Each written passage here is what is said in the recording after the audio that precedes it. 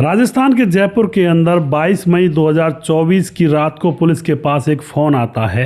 Phone पर दूसरी तरफ से एक इंसान हाँफ रहा था और हाँफ कर बोलता है कि साहब, लोहा मंडी कांटे के पास पर एक खाली प्लॉट है और खाली प्लॉट के अंदर मैंने अभी अभी एक व्यक्ति की लाश देखी है, वो वहीं पर पड़ी हुई है। आप यहाँ पर आ जाइए, उसकी बहुत बुरी दशा है, शायद हो सकता है वो जिंदा भी हो।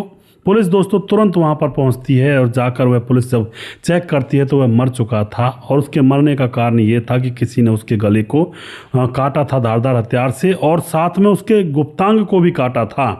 अब पुलिस जब ये पूरी हालत इस कंडीशन में देखती है उस लाश की, तो पुलिस को शक यही होता है कि गुप्तांग काटा गया है, इसका मतलब कोई लड़कीबाजी का अफेयर होगा, इस चक्कर में इसकी मौत हुई है। अभी तक पुलिस यही सोच रही थी।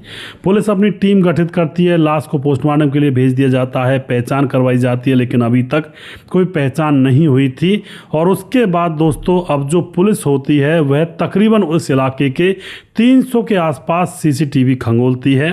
उनमें से एक सीसीटीवी में एक छोटा सा क्लू मिलता है और उस छोटे से क्लू के जरिए ही पुलिस पूरे मामले को बहुत जल्दी निपटा लेती है। सीसीटीवी के अंदर मिला था कि रोड नंबर 14 में एक युवक बाइक लेकर के आ रहा है, उसी बाइक पर यह व्यक्ति बैठा हुआ है जिसकी हत्या की गई है। लेकिन बाइक का जो ड्राइवर है उसने हेलमेट लगाया हुआ है, पर बाइक के नंबर से पुलिस उसका पूरा डाटा निकाल लेती है तो वह बाइक होती है कन्हैया लाल नाम के एक शख्स की, जिसकी उम्र होती है 26 साल। पुलिस सीधा उसके घर पर जाती है, छापा मार करके उसको पकड़ लेती है, क्योंकि इस कन्हैया लाल को ये पता नहीं था कि भाई बाइक के नंबर से भी इंसान को ट्रेस किया जा सकता है। उससे पूछताछ की जाती है तो कन्हैया लाल रो रो करके सारी बात पुलिस के सामने बताता है और कहता है कि साहब हाँ, मैंने ही उस आदमी की हत्या की है। पुलिस पूछती है उस आदमी का नाम क्या है, तो वह बताता है कि उसका नाम है कजोड़मल। अब पुलिस ये पूछती है कि तुम कहाँ के हो, तुम कौन हो, वो कजोड़मल कौन है, पूरी सच्चाई हमें डिटेल में बताओ। अब उसके बाद जब पुलिस प्रेशर करती है तो वह सारी सच्चाई डिटेल में बताता है और फिर जब जो राज खोलता है, बड़े ही विचित्र राज थे दोस्तों। और पूरी कहानियों को लास्ट तक ज़रूर देखा करें, क्योंकि इन वीडियो से हमें बहुत कुछ सीखने को मिलता है। जीवन के अंदर कैसे व्यक्ति से मिलें, कैसे व्यक्ति से ना मिलें, किस तरह से अपनी जीवन की सुरक्षा करें और समाज के अंदर कौन कैसे कैसे किस तरह से धोखा दे सकता है, इन चीज़ों की जानकारी हमारे वीडियो से मिल जाती है। दोस्तों नमस्कार, मैं हूं सुदेश कुमार और तिरछी बात चैनल में आपका स्वागत है। दोस्तों अब वह व्यक्ति बताता है कि वह कौन है, उसका नाम कन्हैया लाल है और उसके साथ जो आदमी था वह कौन है। यह जो कन्हैया लाल था जिसकी बाइक पकड़ी थी, जो बाइक पर आ रहा था और बाइक पर इस मरने वाले व्यक्ति को बिठा कर ले जा रहा था, इसका नाम था कन्हैया लाल। और जो मरने वाला होता है उसका नाम होता है कजोड़मल। पहले कन्हैया लाल के बारे में जान लेते हैं थोड़ा सा। कन्हैया लाल जो कि निषाद खेड़ा जिला पड़ता है, उस जिले के धौलपुर का रहने वाला है और प्रताप नगर में इलेक्ट्रॉनिक शोरूम में सेल्समैन का काम किया करता है, जो कन्हैया लाल होता है। और जो मरने वाला है जिसका नाम कजोड़मल है, वह हरमाड़ा में आनंद विहार का रहने वाला है और यह फाइनेंस कंपनी में रिकवरी एजेंट का काम किया करता है। जैसे कोई लोन नहीं चुकाता है तो उसके घर पर जा कर के किस्तें लेना, ऐसा काम कजोड़मल का होता है। पुलिस पूछती है कि आगे क्या हुआ, क्या मामला था, तुमने कैसे इसकी हत्या की। तो अब कन्हैया लाल बताता है कि कजोड़मल बस से आता था और बस से ही जाता था ड्यूटी से, और ड्यूटी पर बस से आता था। तो कन्हैया लाल 15 दिनों से हत्या की प्लानिंग कर रहा था, इसको देख रहा था कि कहाँ पर ये उतरता है, कहाँ से मुझे उठाना है बाइक पर। और फिर इसको पैदल जाते वक्त जब यह बस से उतर जाता है या बस में चढ़ने के लिए जा रहा था, उसी वक्त मैंने इसको बाइक पर बिठाया और कहा कि मैं तुम्हें घर पर पहुंचा दूंगा। तो यह मेरी बाइक के पीछे बैठ जाता है। जानकारी दोनों की थी ही, आपस में एक दूसरे को जानते थे। और उसके बाद घर छोड़ने के लिए जैसे बाइक पर बिठाया होता है, जाने लगते हैं तो फिर रास्ते में कोल्ड ड्रिंक पीने के बहाने बाइक को रोका जाता है और फिर कोल्ड ड्रिंक लेकर के उस कोल्ड ड्रिंक को पीने के लिए यह फिर घूमने लगते हैं। और एक खाली प्लॉट पड़ी हुई थी। खाली प्लॉट कहाँ पड़ी हुई थी, वह पड़ी हुई थी लोहा मंडी कांटे के पास। वहाँ पर यह जाकर जो कोल्ड ड्रिंक होती है उसको पीने लगते हैं। कहते हैं चलो यार थोड़ा खुले में चलते हैं, दिन भर इधर उधर भाग दौड़ रहती है। वहाँ पर जाने के बाद उस खुले प्लॉट में कोल्ड ड्रिंक पीने लगते हैं और फिर तैयारी के तहत गया हुआ कन्हैया लाल अपने बैग में से चाकू निकालता है और उस कजोड़मल के ऊपर चाकू से वार करने लगता है। थोड़ी देर में उसकी हत्या कर देता है गले पर धारदार हथियार से। और उसके बाद वह सोचता है कि यार मामला ऐसे जमा नहीं, इस मामले को दूसरी दशा क्यों ना दी जाए, और फिर वह उसके प्राइवेट पार्ट को भी काट देता है जिससे कि पुलिस समझेगी कि किसी लव अफेयर का काम होगा। अब क्या होता है दोस्तों, उसके बाद वह वहां से भाग जाता है। केस को डाइवर्ट करने के लिए इस कजोड़मल के प्राइवेट पार्ट को भी वह काट चुका था। अब रात के 8 बजे तक वह वहीं पर रहता है। तो 8 बजे इस कजोड़मल की पत्नी का फोन आता है उसके फोन पर। तो यह कन्हैया लाल फोन उठाता है। पत्नी कहती है मेरा पति कहाँ है। कन्हैया लाल कहता है उसका एक्सीडेंट हो गया है और उसकी हालत बहुत ज़्यादा खराब है। यह कह करके फ़ोन काट करके उस फ़ोन को कजोड़मल की लाश के पास ही डाल करके वहाँ से फरार हो जाता है। अब पुलिस ये पूछना चाहती है, जानना चाहती है कि भाई ठीक है तुमने इस तरह से हत्या कर दी, इस तरह से उसको बिठाया, बस में जाता था बाइक पर बिठाया, जानते भी थे तुम लोग उसको, दोनों को, एक दूसरे को, पर हमें ये बताओ कि तुमने हत्या क्यों की, मेन कारण तो बताओ, इधर उधर की बातों में घुमा रहा है तू। तो उसके बाद फिर ये मेन कारण बताता है और एक राज खोलता है। राज क्या खोलता है दोस्तों, ये बताता है कि कजोड़मल जो है उसकी शादी 4 साल पहले रामा नाम की लड़की से हो जाती है और ये दोनों पति पत्नी आपस में प्यार से रहा करते थे, कोई दिक्कत ही नहीं थी। इधर जो कन्हैया लाल है इसकी एक बहन होती है प्रिया, और ये जो बहन प्रिया होती है यह रामा की सहेली थी, यानी कि कजोड़मल की पत्नी की सहेली थी इस कन्हैया लाल की बहन। अब जो कजोड़मल की पत्नी रामा होती है वह अपनी सहेली प्रिया से मिलने के लिए उसके घर पर जाने लगती है। तो प्रिया का भाई होता है कन्हैया लाल, उससे भी बातचीत होने लगती है और बातचीत में कई बार वह बाइक से छोड़ने के लिए, ऑटो में बिठाने के लिए आ जाया करता, कई बार बाइक से लेने के लिए चला जाया करता, बाइक में ब्रेक लगा दिया करता, पीछे वह बैठी रहा करती तो एकदम से इसके ऊपर चिपक जाया करती। इस तरह की मौज मस्ती यहाँ पर चल रही थी। और अब क्या होता है, कन्हैया लाल और रामा के अंदर प्रेम प्रसंग बनने लगता है। अब तो कन्हैया लाल ये कहता है कि तुम उस दिन आई थी और जब चली गई थी तो मेरी आंखों में आंसू आ गए थे, पता नहीं कौन सा हमारा टच है एक दूसरे के प्रति।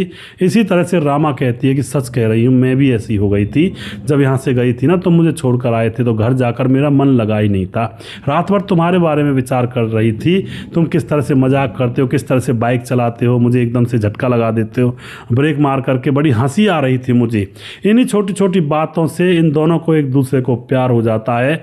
और अब तो यह जो कन्हैया लाल होता है, जब कन्हैया लाल की बहन के पास ये रामा मिलने के लिए आती है, कजोड़मल की पत्नी जो है, तो अब इसको लेकर के आ जाता है और जब छोड़ने के लिए जाता है तो ओयो में ले जाता है और फिर वहाँ पर पूरा कांड कबाड़ा करने के बाद रामा को वापस घर भेजता है। इस तरह से इनकी प्रेम प्रक्रिया चल रही होती है।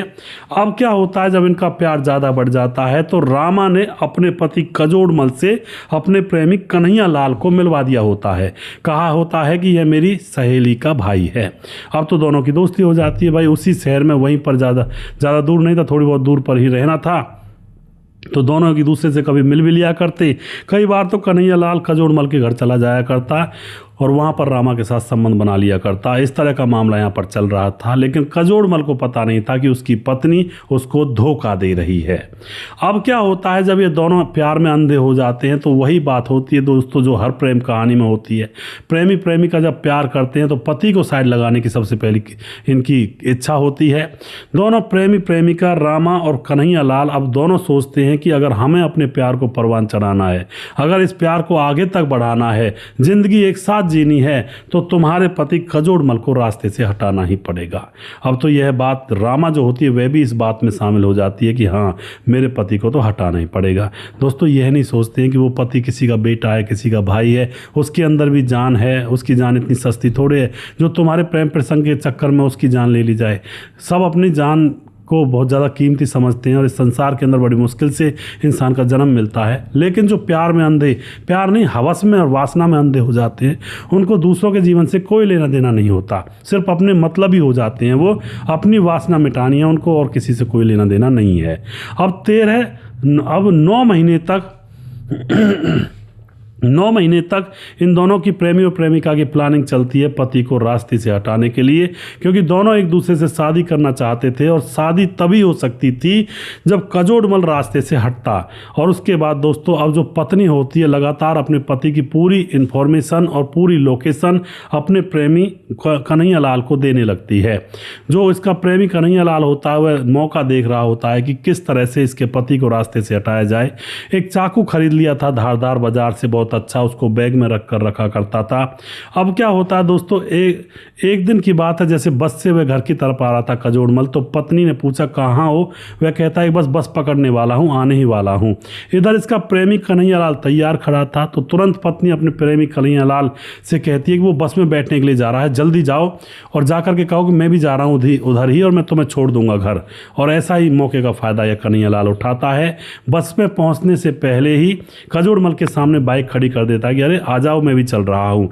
कजोड़मल जो कि जानता था भाई उसकी पत्नी की सहेली का भाई है, उसकी बाइक पर वो बैठ जाता है और फिर कोल्ड ड्रिंक पीने के बहाने से रास्ते में रुकते हैं और फिर लोहा मंडी कांटे के पास वह खाली प्लॉट पड़ा हुआ था, वहाँ पर कोल्ड ड्रिंक पीने के बहाने चले जाते हैं और वहीं पर यह कजोड़मल की कन्हैयालाल हत्या कर देता है। और फिर यह इस मामले को दूसरी दिशा देने के लिए उसके प्राइवेट पार्ट को भी काट देता है कि लोग समझेंगे कि शायद प्रेम प्रसंग का चक्कर होगा। और उसके बाद वहाँ से वह निकल जाता है। उसकी पत्नी का प्रेमिका का भी फ़ोन आता है, तो उससे कहता है कि हाँ कर दिया काम, तमाम एक्सीडेंट दिखा देंगे और ये मतलब उस तरह की बातें करता है। पर दोस्तों पति का जो फ़ोन था, अब पुलिस अपनी जांच पड़ताल करती है कि पता लगाती है कि भाई ये प्रेम प्रसंग का मामला था या नहीं था। तो पुलिस जो पति का फ़ोन देखती है वह लॉक था, उस लॉक के बारे में पत्नी को पूछती है तो पत्नी झट से बता देती है कि इसका लॉक ये है। अब पुलिस सोच विचार में पड़ जाती है, पुलिस को शक हो जाता है कि भाई कोई भी आदमी अफेयर करेगा किसी लड़की से तो अपने फ़ोन का लॉक अपनी पत्नी को तो बिल्कुल नहीं बताएगा, चाहे अब एक बार अपने दोस्त को बता दे लेकिन पत्नी को नहीं बताएगा। और यहाँ पर पत्नी को मोबाइल फ़ोन के पासवर्ड का पता था, इसका मतलब इस आदमी का कहीं कोई अफेयर नहीं था। और फिर इसकी पत्नी को पकड़ा जाता है जिसका नाम रामा होता है, उससे पूछा जाता है क्या तुम्हारे पति का कोई अफेयर था। तो रामा कहती नहीं जी मेरा पति तो बहुत सीधा था, बस मुझे प्यार का बुखार चढ़ा था। उसके बाद पुलिस पूछती है क्या तुम्हें अफसोस है, तो रामा एकदम से रोने लगती है मुझे बहुत अफसोस है, अब मैं जेल में रहूंगी जिंदगी भर, इससे तो अच्छा मैं अपने पति के साथ ही खुशहाल जिंदगी जी रही थी। इन दोनों को पकड़ा जाता है, दोनों को जेल में डाला जाता है और यहाँ पर 2 घर खराब हो गए, एक इंसान निर्दोष की जान चली गई। 2 घर कौन से, रामा का और इस कन्हैयालाल का, क्योंकि कन्हैयालाल जेल में रहेगा तो उसका भी घर खराब ही है, उसके माँ बाप भी तड़सते रहेंगे उसके लिए क्योंकि उसने कुकरते ऐसा कर दिया, जेल में तो रहना पड़ेगा।